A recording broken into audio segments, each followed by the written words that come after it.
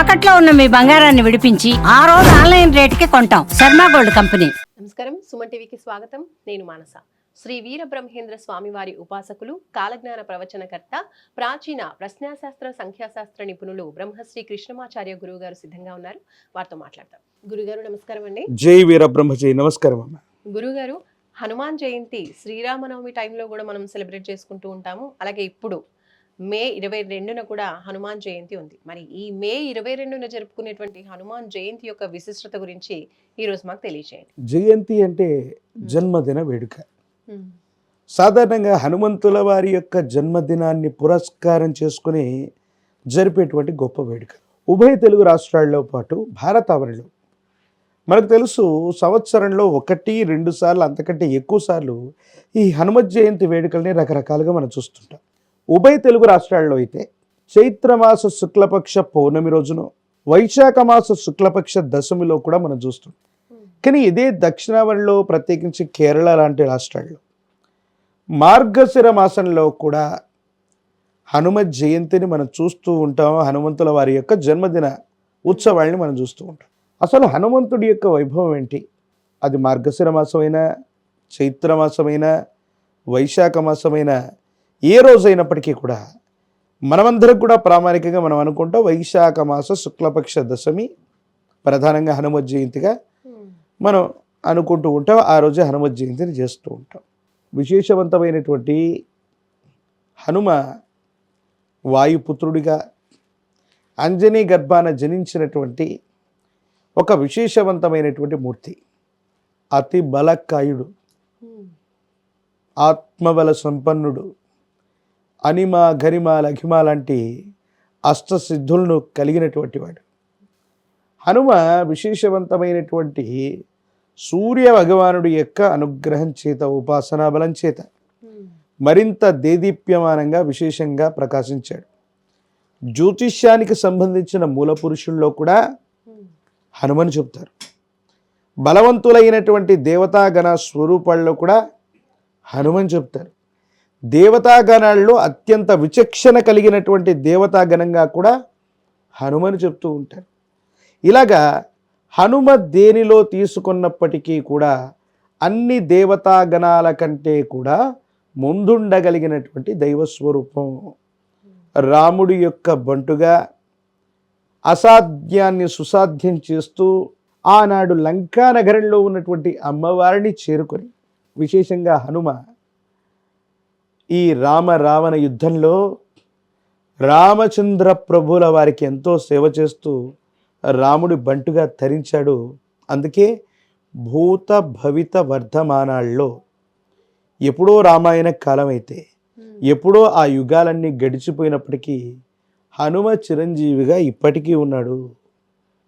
హిమాలయాల లాంటి ప్రదేశాలు అవ్వచ్చు, మహిమాన్వితమైనటువంటి ఈ భూమండలంలో ఆంజనేయ స్వామి వారి యొక్క దర్శనం పొందినటువంటి మహనీయులు కూడా అనేక మంది ఉన్నారు. రామో విగ్రహవాన్ ధర్మ. ధర్మం అన్నటువంటిది ఒక నిలువెత్తు తేజోరూపం తీసుకుంటే అది రామదేవతా స్వరూపం శ్రీరామచంద్ర ప్రభుల వారిగా ఉంటుందని మనకు వేదం చెప్తుంది, ఉపనిషత్తులు చెప్తాయి, ఆర్షధర్మం చెప్తుంది, ఇతిహాసాలు చెప్తాయి. మనందరం కూడా రామో విగ్రహవాన్ ధర్మ. రాముడే ఒక నిలువెత్తు విగ్రహంగా ఉంటే అదే ధర్మస్వరూపం. ధర్మం అలా ఉందంటే రాముడు అలా ఉన్నాడని. అటువంటి ధర్మ పరిపాలన చేయటం వెనుక, అటువంటి ఖచ్చితమైన నిర్ణయాలు తీసుకోవటం వెనుక ఆ రాముడి వెనుక ఉన్నటువంటి బంటు హనుమంతుడు, ఆంజనేయ స్వామి. అంత గొప్ప హనుమను గనక ఆయన జన్మదినాన్ని పురస్కరించుకొని ఆ రోజు గనక మనం చేసేటువంటి పూజాది క్రతువుల వల్ల ఏమిటయ్యా మనకు లభిస్తుంది అంటే, మన పిల్లల యొక్క మేధస్సు పెరుగుతుంది. హనుమకి తన బలం తనకు తెలియదట. ఎవరైనా శ్రీ ఆంజనేయం ప్రసన్నాంజనేయం ప్రభాదివ్యకాయం ప్రకీర్తిప్రదాయం భజే వాయుపుత్రం భజే బాలగాత్రం అని చెబుతూ ఉంటే ఒక్కొక్కడుగు కూడా పెరుగుతూ అతి బలకాయుడుగా మారతాడట. మనిషి కూడా తన గత జీవితంలో ఎన్నో పనులు చేసి ఉంటాడు, ఎంతో అనుభవాన్ని గడించి ఉంటాడు. క్లిష్టమైనటువంటి సందర్భం వచ్చినప్పుడు, కష్టం ఆవహించినప్పుడు, తన చుట్టూ ఆపదలు కలుగుతూ ఉన్నప్పుడు తన శక్తిని కోల్పోయి, బలాన్ని కోల్పోయి, ఇక నాకు జీవితం లేదు, ఇలాగే ఉండిపోతానని అనుకుంటూ ఉంటాడు. ఎప్పుడైతే హనుమంతుని మనం పూజించడం మొదలు పెడతామో ఆ వ్యక్తికి సంబంధించిన బలాబలాలు అతనికి మళ్ళీ తెలిసి వస్తాయి. అయ్యో, నేను గతంలో ఇంత గొప్ప కార్యక్రమాలు సాధించాను, ఇంత గొప్ప గొప్ప సమస్యల్ని నేను అధిగమించాను, ఇప్పుడు వచ్చినటువంటి చిన్న కష్టాన్ని చూసి, ఈ ఆపదను చూసి నేను భయపడుతున్నానని ఆపదను తొలగించుకునేటువంటి అవకాశం ఉంది.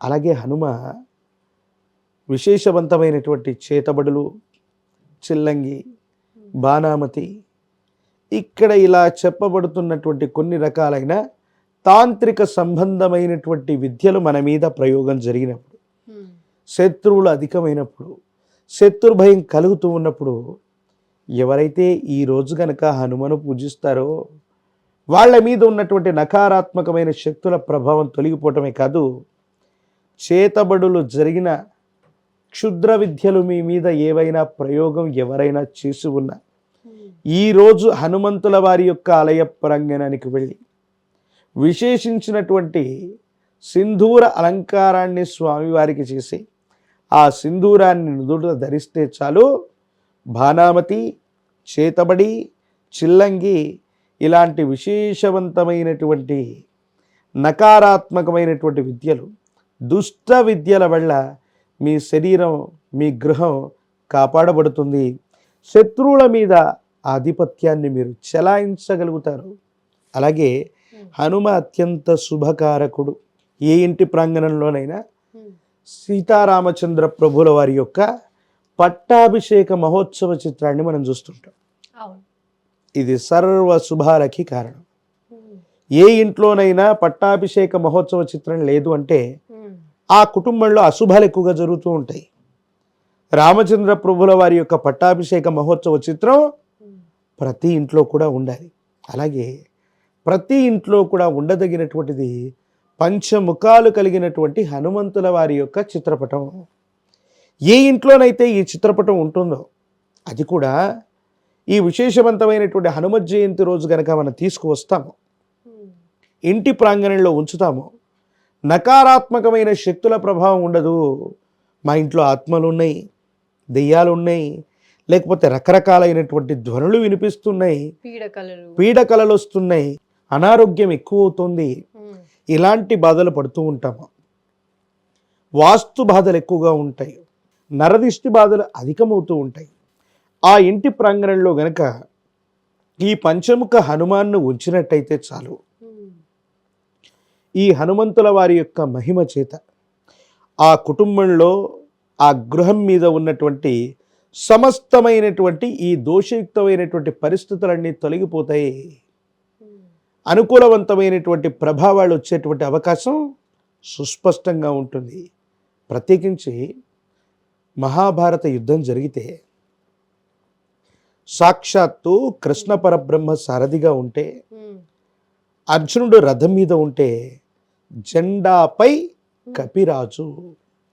ఏ ఇంటి మీద అయితే హనుమంతుల వారి యొక్క ధ్వజం ఉంటుందో, ఆంజనేయ స్వామి వారు ఉన్నటువంటి ధ్వజం ఏ ఇంటి ప్రాంగణం మీద అయితే ఈరోజు కడతాము, ఈరోజు ఏ ఇంటి ప్రాంగణం మీదనైనా ఆ కపిరాజు హనుమంతుల వారి యొక్క విజయ పతాకాన్ని ఇంటి మీద కడతాము, ఆ ఇంట్లో సర్వము శుభమే జరుగుతుంది.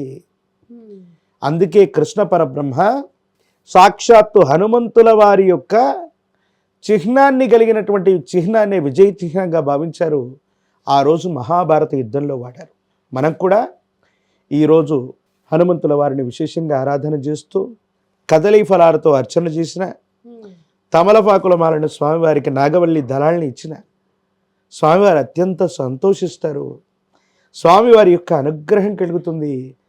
విశేషించినటువంటి సింధూర అలంకారాన్ని చేసిన, నుదుట ధరించిన మన మీద చెడు ప్రభావాలన్నీ తొలగిపోయి అనుకూలవంతమైన ఫలితాలకి తప్పకుండా కారణమవుతుంది. ధన్యవాదాలు.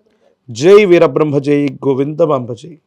చూసారు కదండి, హనుమాన్ జయంతి రోజున ప్రత్యేకించి మనం ఏ ఏ పనులు చేయాలి, అలాగే విజయ జెండాని ఆ రోజున తీసుకొచ్చుకుని ఇంటి పైన గనక మనం పెట్టగలిగితే కనుక మన జీవితంలో మన ఇంట్లో అన్ని కూడా విజయాలు సాధించవచ్చు అని గురుగారు తెలియజేస్తున్నారు. అలాగే పాటించాల్సినటువంటి విషయాల గురించి కూడా తెలియజేశారు కాబట్టి తప్పకుండా మనందరం కూడా పాటిద్దాం.